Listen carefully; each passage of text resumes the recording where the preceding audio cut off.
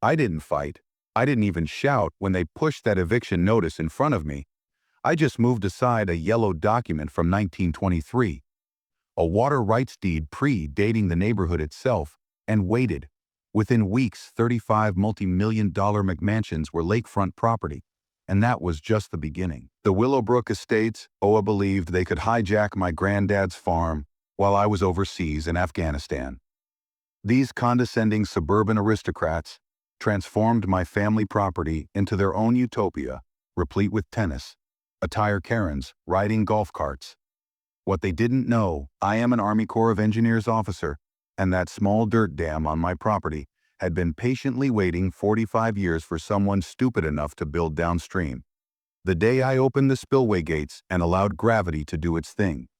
That was the day their flawless development received its initial dose of Texas water law. And let me tell you, it was gorgeous. Stick around because you're about to see how federal regulations, a century-old water deed, and one very stubborn soldier dismantled an entire Hoey power play. Where are you watching from? Drop it in the comments. You won't want to miss this takedown. Me name's Jake Morrison, 34 years young, Army Corps of Engineers, third-generation proprietor of 47 acres of choice Texas property on the outskirts of Austin. My grandfather, he went by Pops to everyone, purchased this land in 1955, when Austin was still a sleepy college town and barbecue restaurants still outnumbered tech companies 1,000 to 1. Pops was the type of man who thought it necessary to take care of the land and the people who relied on it. In 1978, he constructed a little earthen dam on our back pasture. Nothing over, the top just good engineering created to store rainwater for the cattle and add extra flow to our neighbors during times of drought. The Army Corps even assisted him in designing it. He used to always say, "One day this back 40 will be worth something." But then it was just rolling hills, a clean creek, and where I was taught to hunt and work cattle. Skip ahead to my 2 tours in Afghanistan, during which I worked in water management and infrastructure. You catch on fast in a combat zone just how valuable water is and how quickly people will fight about it. While I was overseas on my 2nd tour, Pops died. The property was left in a trust controlled by my sister Sarah. She is a nice person, but she resides in California and is familiar with Texas land law about as well as I know how to surf. She had a local management firm, Lonier Land Services, take care of taxes and maintenance. The bills got paid automatically, but she never so much as glanced at the tax appraisal. Huge mistake. Meet our villain, Margaret Maggie Thornwell, 52 years old, head of the Willowbrook Estates, Oka, wife of a city councilman, and the kind of woman who wears a tennis skirt as suitable office wear. Maggie is all saccharine grins and honey.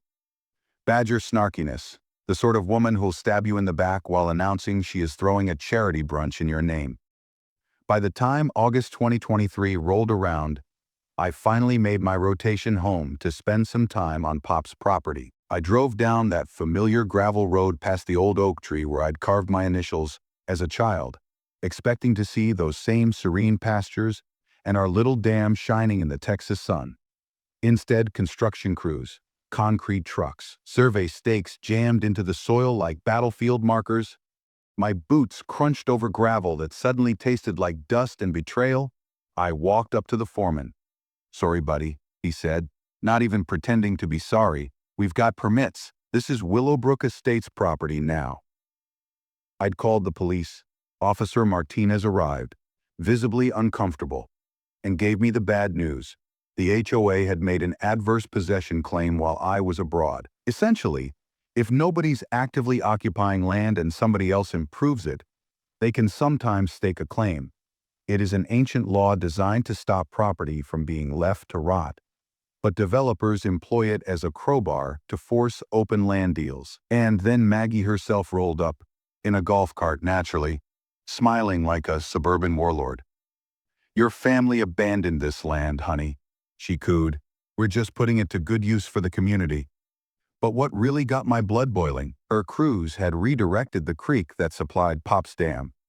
I saw the water dwindle daily, 45 years of meticulous stewardship wasting away before my eyes. Her last jab still echoes in my mind. "You should have stayed closer to home, soldier boy." This wasn't merely a land grab, this was war. I retained the first lawyer I could find. Big mistake. He charged me $85,000 just to contest the zoning. While this was going on, Maggie's husband Rick had already rammed through an emergency rezoning, converting our farmland into residential development quicker than can say conflict of interest. That is when my Army training came into play. As the lawyer fumbled through papers, I scoured county records as if hunting for IEDs, and I hit pay dirt. I uncovered Pop's actual 1978 dam permits, signed by the Army Corps of Engineers, that indicated federal regulation. And here's a little bit of knowledge bomb. Any dam constructed under federal direction is under federal control. Local HOAs can't trump that. Period. The metallic flavor of adrenaline touched my tongue. This was no longer a property dispute issue. This was a federal case. But it got better. By photocopying the records at the courthouse, I discovered a water rights deed from 1923. My great-grandfather had purchased senior water rights to the whole Willow Creek watershed. They predated the city, the county, every single one of those gleaming McMansions. They weren't stealing my land. They were stealing my water. Meanwhile, Maggie acted the victim. She organized an emergency HOA meeting regarding the hazardous dam, and even reported a local news crew in on the story. I saw her on television, posing in front of her palace, wiping away pretend tears with a tissue. "We just care about the safety of our children," she said. "That dam is about to blow." Local media devoured it. No fact-checking, no investigating. If they had bothered to look, they would have found that my dam had aced its most recent federal inspection. But Maggie was just getting started. She brought her smear campaign online, directly onto Nextdoor, the cyber block gossip hub where HOA presidents enjoy acting queen. I didn't need to tell her my name online. The entire close-knit community knew whom she was referring to. Her status updates were dripping with thinly veiled threats of aggressive property disputes and volatile individuals in the neighborhood. Good old-fashioned HOA intimidation disguised as concern.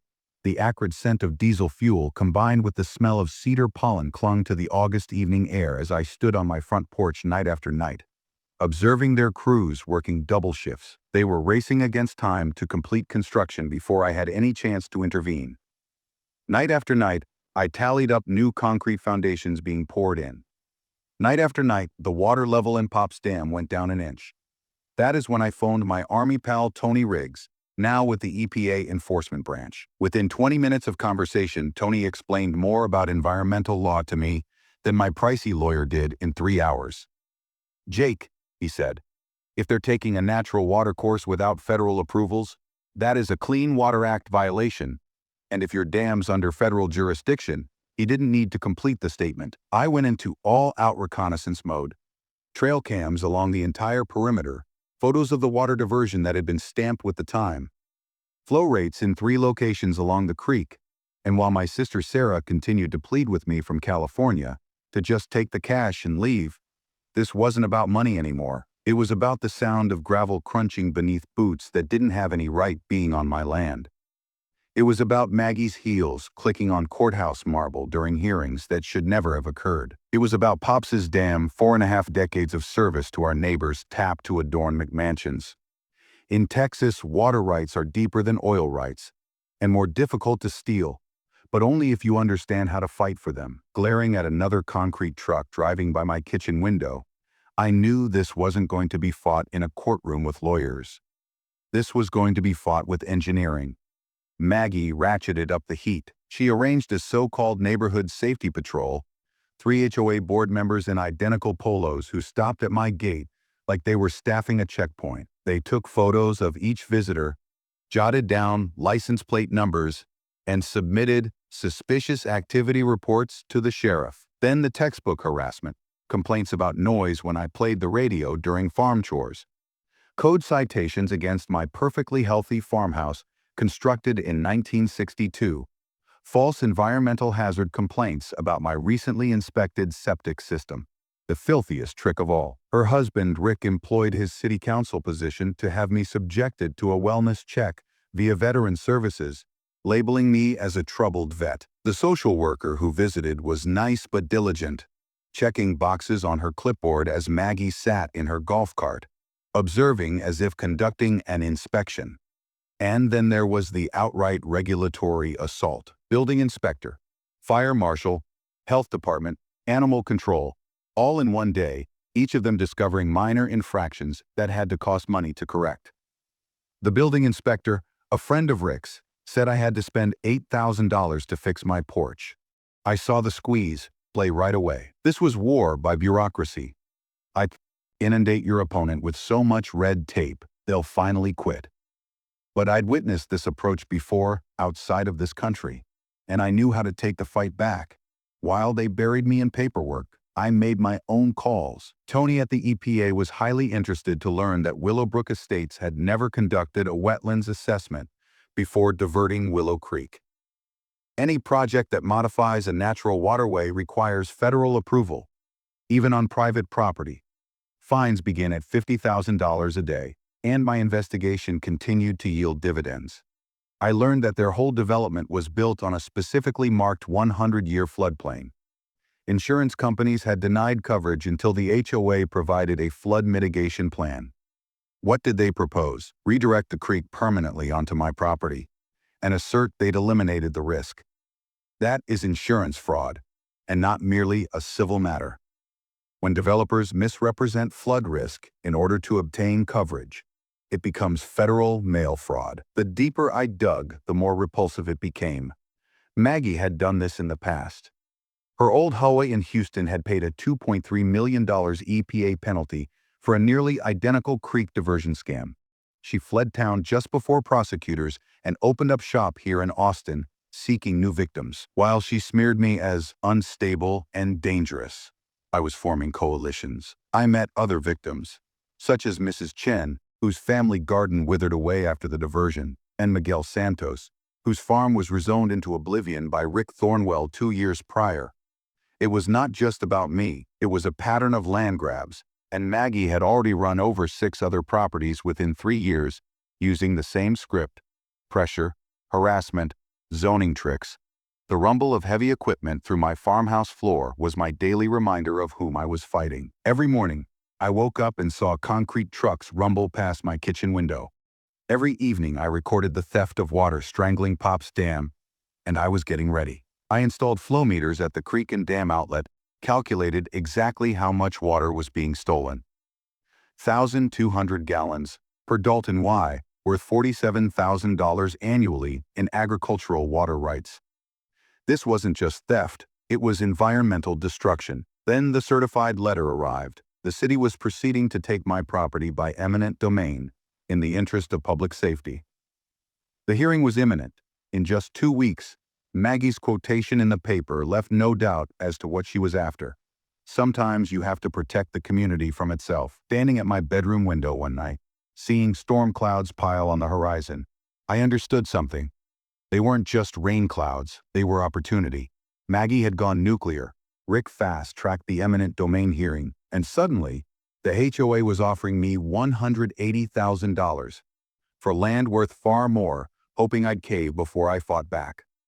Maggie didn't need to name me in her internet posts. Everybody in the little town of ours knew who she was talking about. She issued a warning against unstable people and disputes over property, exercising her small bit of power like a badge. The air in August was heavy with cedar pollen and diesel fumes as I sat on my porch night after night, observing her crews working double shifts. They were racing to get those houses completed before I could get any legal action underway. Night after night, I tallied new pours of concrete. Morning after morning, I saw Pop's dam lose another inch. That is when I phoned my former Army colleague, Tony Riggs, now employed by the EPA Enforcement Branch. In 20 minutes of phone time, he educated me on environmental law more than my expensive lawyer had taught me in 3 hours. "Jake," Tony remarked, "if they're routing a natural water course without federal permits, that is a Clean Water Act violation. And if your dam is under federal jurisdiction," he didn't have to complete the sentence. I knew what to do. I began recording everything. Trail cameras along the perimeter, dated photos of each water diversion, flow rates from 3 locations along the creek. My sister Sarah phoned from California, pleading with me to just accept their offer and move on. But this had nothing to do with money now. It was about respect. It was about the crunch of gravel beneath boots that had no right on my property. The harsh click of Maggie's heels ringing out through courthouse marble. The bitter flavor of courthouse coffee at long nights of finding out just how far-reaching this corruption was. But most of all, it was about that dam. Pop didn't construct it for gain. He constructed it to assist our neighbors in times of drought. For 45 years, it had supplied life downstream. Maggie's crew was converting it into a front yard pond for million-dollar houses. Something you might not know about Texas: water rights date back further than oil rights, and a whole lot more difficult to steal, but only if you know how to fight. I came to realize this wasn't a fight I was going to win in court with briefs and expensive attorneys. This was going to be won through engineering.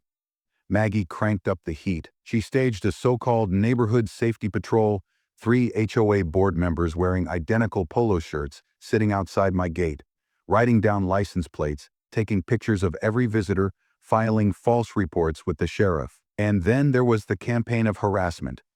Complaints about noise when I used my tractor radio, tickets regarding my perfectly acceptable 1962 farmhouse, false environmental hazard complaints regarding my septic system, which had been inspected and deemed acceptable just 6 months prior. The actual slap in the face.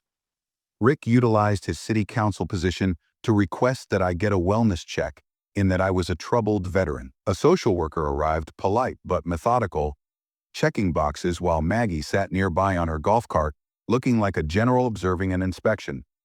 Next came the synchronized attack: building inspector, fire marshal, health department, even animal control, all arriving on the same day. Each of them discovered trivial infractions with costly repairs. The building inspector, Rick's drinking friend, now determined that my front porch required $8,000 worth of foundation work. It was a squeeze play. The same method we employed in war zones to crack local leaders, bury them in bureaucracy until they quit. But two can play at this game. While they dug my grave in paperwork, I placed some of my own calls. Tony at the EPA enjoyed learning that Maggie's HOA never submitted the necessary wetlands study prior to realigning Willow Creek. Anything built that modifies a natural watercourse requires federal approval, even on private property. And the penalties begin at $50,000 a day. In the meantime, my own research revealed something Maggie wasn't expecting: that the whole complex had been constructed on a legally mapped 100-year floodplain. Insurance firms initially denied coverage until the HOA produced a flood mitigation plan. Their solution was to redirect floodwater onto my property instead. And here is your second nugget of knowledge: fibbing to insurers about flood risk. That is not merely civil fraud, that is federal mail fraud. And it can put people in jail. Going deeper, I discovered Maggie's past. She wasn't in this for the first time. Her previous OA in Houston settled a $2.3 million EPA penalty for exactly this kind of thing. She fled town just ahead of the prosecutors and opened shop here in Austin. As she gossiped about my crazy behavior, hired PIs to investigate me for my military record, and circulated petitions calling for the condemnation of my property. I forged alliances. I formed bonds with other victims, individuals Maggie had bullied and Rick had run over. Mrs. Chen, whose family garden withered after the creek was diverted. Miguel Santos, whose farm was rezoned out of business. I saw 6 other instances in just 3 years, a systematic land grab masquerading as community improvement. Daily, my farmhouse floors shook beneath the rumble of heavy machinery, a reminder of what I was battling for. I put water meters on each diversion point, precisely measuring what water they siphoned, 1,200 gallons a day. That is $47,000 a year. In farm water rights alone, the gritty creek bed sand that worked loose in my fingers told the tale better than any attorney could. This wasn't theft. It was ruining the environment. Then the certified letter arrived. The city intended to take my land through eminent domain for public safety. The hearing in 2 weeks, Maggie's quote in the paper left no doubt about her plan. Sometimes you have to protect the community from itself. But standing at my bedroom window that evening, surveying thunderheads forming on the horizon, I figured out something. Those weren't storm clouds. That was opportunity heading our way. Rick expedited the hearing. The Hellway came out of the blue and offered me $180,000 for property worth much more. But they had no clue. I wasn't twiddling my thumbs waiting for rain. I was going to make it rain. I thought this battle was about payback, getting even for past wrongs. But the day Miguel's extended family arrived with steaming plates of homemade tamales and cold beer, and Mrs. Chen brought a full traditional Chinese tea ceremony to bless the newly restored creek, it dawned on me. This was never about getting even. It was about community. The kind Pops constructed one neighbor at a time, one drought at a time, one act of kindness at a time. The media story had changed. The environmentalists were now labeling my spillway business an inspiration for restoring ecosystems. The previous headline of a renegade vet inundating a neighborhood had been replaced with community reclaims stolen water. And on that afternoon at precisely 2 o'clock, Judge Walsh's courtroom was filled to the rafters. Farmers, HOA members, news reporters, federal agents, they filled the aisles and stood in the windows. You could sense the charge in the room. This was no hearing. This was a reckoning. Maggie came like a general leading troops into battle. She had a whole army of lawyers from Houston expert witnesses, and more than enough legal firepower to destroy a small nation. She changed out of her tennis garb into a respectable black dress and pearls, playing the role of a civic-minded community leader. I entered with Amanda, hat in hand, Pop's old cowboy hat on my head, and a plain button-down shirt. Sometimes the best protection is simply being yourself. The room was divided right down the middle, ULCA supporters to the left holding "Protect Our Kids" signs, farmers and ranchers to the right, their hands calloused, their faces set with determined silence. Maggie's lawyer began with raw drama. He produced pictures of dirty building sites and asserted my spillway damaged $2.7 million worth of property. Then he wheeled out a psychiatrist, a man who had never laid eyes on me, prepared to diagnose me with combat revenge fantasies based on nothing more than newspaper cuttings. He pointed directly at me and informed the judge, "This troubled veteran has made water an instrument of mass destruction." The room hummed with murmurs until Amanda rose to speak. Steady and calm, she gave a 1978 covenant that stipulated seasonal flooding. Then EPA agent Kim got on the stand. She affirmed that my spillway had renewed the creek's natural flow of water without harming any property. Historical photos testified it. The water level coincided with seasonal patterns 60 years ago. Here's a fact worth remembering. Legal water rights documentation will always outrank recent development claims, especially when you've got federal environmental agencies backing you. Then came Tony Riggs, an EPA enforcement officer. His testimony hit like a sledgehammer. The HOA had violated 3 separate federal environmental laws, committed systematic insurance fraud, and destroyed protected wildlife habitat. Judge Walsh shifted restively in his chair. You could practically see him wondering whether loyalty to Rick was worth risking obstruction of justice. Next, Amanda called Rick to the witness stand. Under oath, he acknowledged speeding up zoning variances while I was serving abroad, and his monetary interest in the building firm. Amanda played back on tape him discussing wrecking property values. He blew his top, charging toward the door yelling, "This is a federal setup." His own voice clinched the case more convincingly than any prosecutor. But the ultimate emotional wallop was delivered by the community. Miguel testified of 3 generations of agriculture lost to the diversion of the creek. His voice cracked when he talked of his grandfather's dreams evaporating with the pilfered water. Mrs. Chen presented photographs of her once green garden, now brown and dry. Her dignified silence spoke volumes more than any attorney. The fire chief swore in that my spillway had been done with total safety and professionalism. Downstream farmers agreed their water had been restored in full. Then it was Maggie's turn. She pointed at me shaking. "He returned from war broken. He is waging psychological warfare on innocent families." She accused me of being an environmental terrorist. Amanda had me testify. I took Pop's journals, 40 years of sharing water in the community, and walked the judge through my engineering math. I met the judge's eye and said, "Your Honor, I did not flood anyone. I reclaimed a creek that was taken from my family and this community 45 years ago." And then the mic drop. Amanda produced documents indicating Maggie's Houston HOA had paid $2.3 million in EPA fines for a similar creek diversion scheme. The federal prosecutor rose and announced a criminal investigation for interstate water fraud. The courtroom exploded. Judge Walsh dismissed all restraining orders, declared my spillway legal and useful, and instructed the HOA to cease interfering with federal investigations. His rebuke to Rick was keen. This court will not obstruct lawful federal environmental enforcement. Federal agents escorted Rick from the courthouse. Bank investigators served additional warrants. Maggie sprinted to her BMW, disregarding reporters. Outside, the crowd erupted in cheers. Amanda declared the federal RICO investigation. Miguel thanked me in behalf of all the families. My words were straightforward. This was never about revenge. It was about doing right by the land and the people who depend on it. 6 months later, justice flowed just like the restored creek. Rick admitted to federal conspiracy and received 3 years in prison. Maggie was hit with $8.7 million in civil fines and went broke quicker than floodwater through an open spillway. The building firm paid $12 million in fines and was debarred from federal contracts. The HOA disbanded entirely. My property worth reached $1.2 million after receiving federal environmental status.